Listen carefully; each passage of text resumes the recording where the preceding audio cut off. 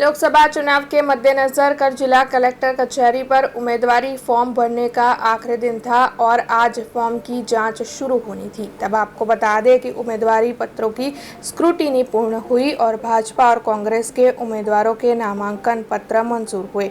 शांतिपूर्ण माहौल में ये पूरी प्रक्रिया पूर्ण हुई। तब भाजपा के वडोदरा बैठक के प्रत्याशी डॉक्टर हेमांग जोशी ने ये कहा कि स्टार प्रचारक प्रदेश नेतृत्व तय करेंगे और कल गुजरात के मुख्यमंत्री भूपेन्द्र पटेल वडोदरा में सभा को संबोधित करेंगे।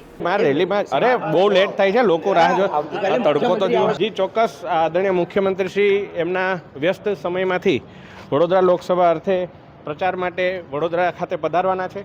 हूँ आपना एक प्रतिष्ठित चेनलना माध्यमथी तमाम नगरजनोने आ सभामां आववा माटेनुं आमंत्रण पाठवुं छुं। ए बधुं प्रदेश लेवले नक्की थतुं होय छे, जे कोई पण शीर्ष नेतृत्व आदेश करशे ए प्रमाणे।